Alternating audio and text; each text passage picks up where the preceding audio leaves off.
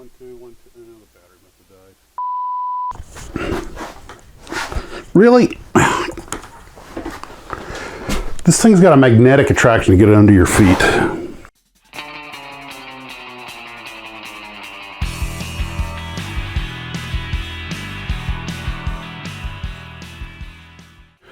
Well, hello glue troopers, and I'm too tired to even put on my Max's model shirt.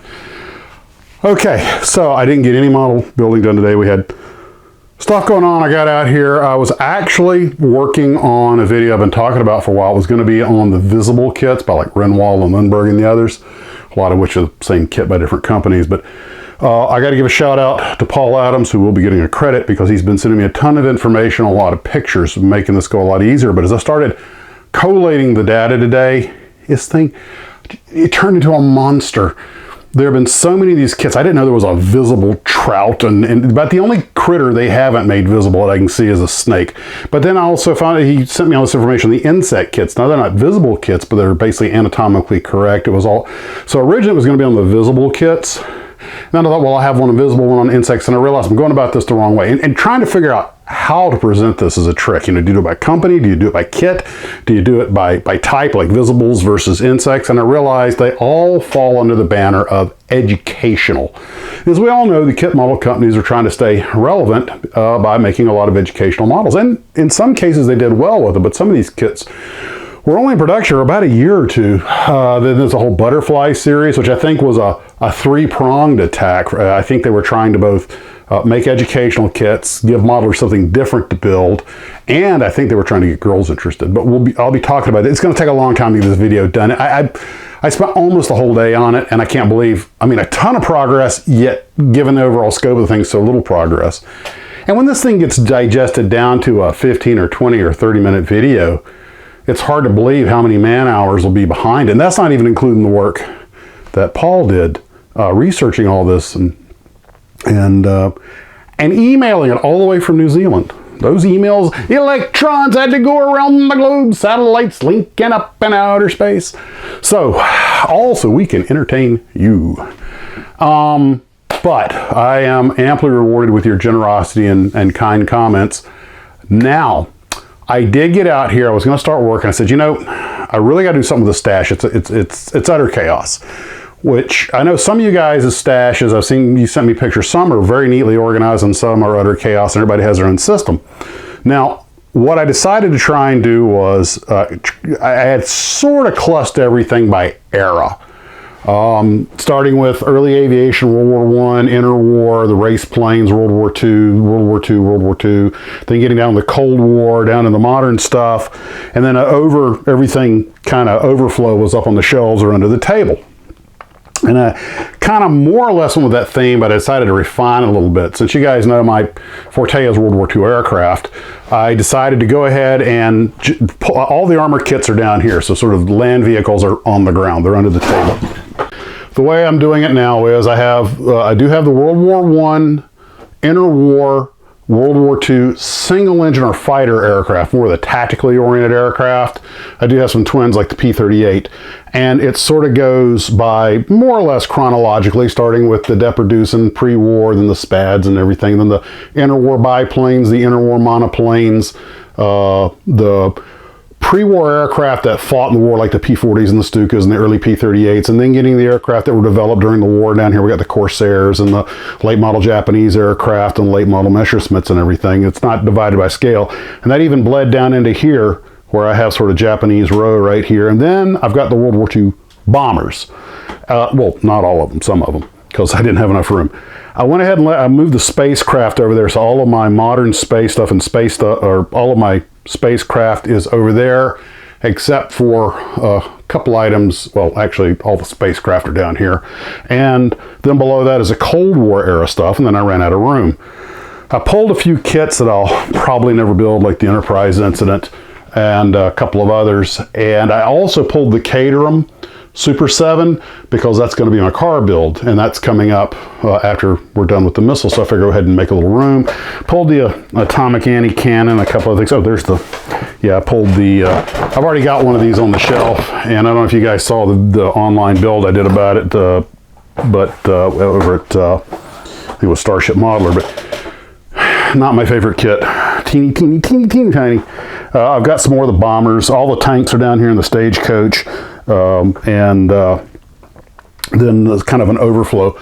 Up on these shelves, I have mostly civilian and airliners on the top shelf and helicopters, and then I've got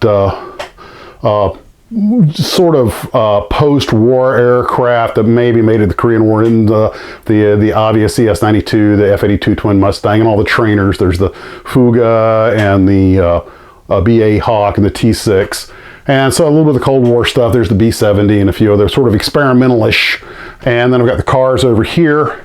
And I've got all of the old race planes and everything over here with a couple of research aircraft, because let's face it, the race planes and the early exploring aircraft that really were research aircraft when you get right down to it. So there's a little bit more of a rhyme or reason to it. I'll probably, refine it at some point. And then I've got my short stack of the next kits I'm going to build and the stuff that's underway. And of course, I've got the V2 right here on the table that really all I have to do is paint it and paint the stand for it, and made a few decals, and this will pretty much be ready for display. It's a nice little kit, goes together very well, pretty straightforward. A lot of teeny, teeny, tiny little parts, little crank handles and everything on that stand, beautifully detailed. I was talking about this stand, I think on the live stream or something. They use, of course, the German stands and this little square piece that goes over the deflector plate, and these little panels that go up or down. I mean, you glue them up or you glue them down, but they're made for, they go up if you're going to have it on the little dolly with the wheels.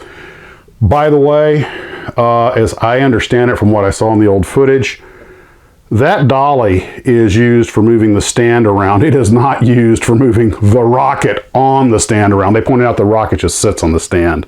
So I'm sure there are plenty of people who have built this, put the little dolly stand on it with everything folded, and this square piece is just a wooden handling platform that would come out. So if you're going to display this with the rocket ready to launch, take this square piece off and make sure that these little panels that can be glued in either position are down. But if you put the wheels on it and put the rocket on it, I don't think it was ever transported that way. I think that would be technically incorrect, I believe. I suppose it's possible they could set it in place and put the rocket on it and then remove the wheels, but with the rocket just sitting up there, I'm kind of guessing at this point. And from what I saw them doing on the film out of White Sands Missile Range. If anybody knows otherwise, let me know. I'm a little curious about that. Beautifully detailed. So enough about that. Something else I was going to show you guys. I have a kit right here, and it's about forgetting kits. Now, it's one thing when you start on a kit, like me, I often have multiple projects open, and you kind of set something aside for a couple of months because you've got other things going on. But it's also very possible to forget about a kit. You just put it somewhere out of the way, and then you get sidetracked, and then 2 or 3 years later you look and go, why did I stop working on that? And you realize, oh, crap, I just forgot about it. Now this is the KI-109 that Hans Peters sent me, and it's the one that you have your option of regular fuselage parts or the clear parts. So I have a couple ideas I'm going to do with this. I'm sure I'm going to use all of them. I think well, never mind, doesn't matter. But the idea I'm getting at is that this thing has been sitting right here in front of me on the shelf. This is one of the kits that he sent to me. They're all in bags. So it's just been sitting up there on the shelf with this box of spare parts. And here's another kit I was sent that I want to get started on, but of course just so many hours in a day. But I had this just box of, just scrap parts that I had set on top of it one day. And let's just knock that over. And booyah, there you go. Just out of sight, out of mind. It's been up there ever since he sent me those things over a year ago. But anyway, I've been doing the exercise bike every morning, so have my coffee, come out, trying to get out here in the mornings. But it's funny, it's like you're never busier than when you have a day off. I could almost get more building done on the road. That's not an excuse. I mean, I'm glad I got things going on. But anyway, hope to finish the V2 tomorrow. I only have 1 or 2 more appointments. Oh, well, okay, just to share this one with you. Zippy the Genius here. We go to the post office, and for those who live in the United States, you already know where I'm going, and for those who don't, today was Columbus Day, everything was closed. So, I mean, we did go out and have a wonderful breakfast, but basically that shot half the day right there for nothing. We got to go out tomorrow. So now I got to go out tomorrow, which means I'll get in here late to get started. But but then I wound up spending the day doing the research I was talking about. So, okay, at this point, I'm just prattling. I'm sorry, I apologize. I'll probably give you way more detail than you need.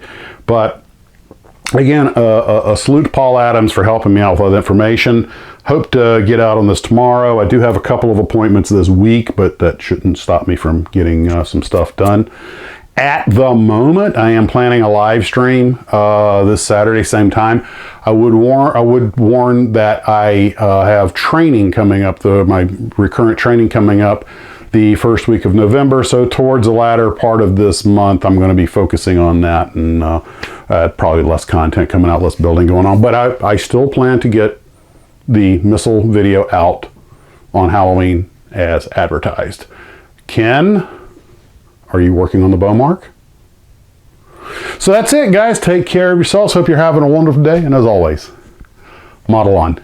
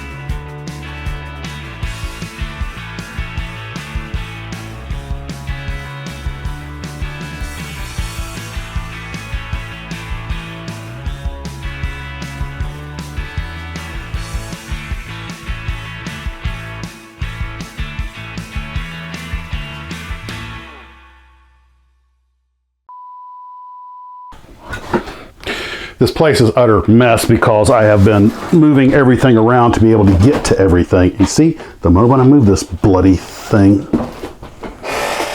I'll cut that out. Has that ever happened to you? Because I'm sure it's happened to all of us. I'm sorry about this just chair squeaking. I know the microphone can pick it up. Today was... No time. I sum up.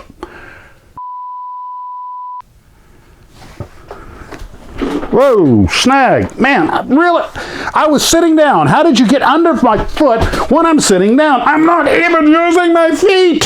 Monsieur! Es ein Wort!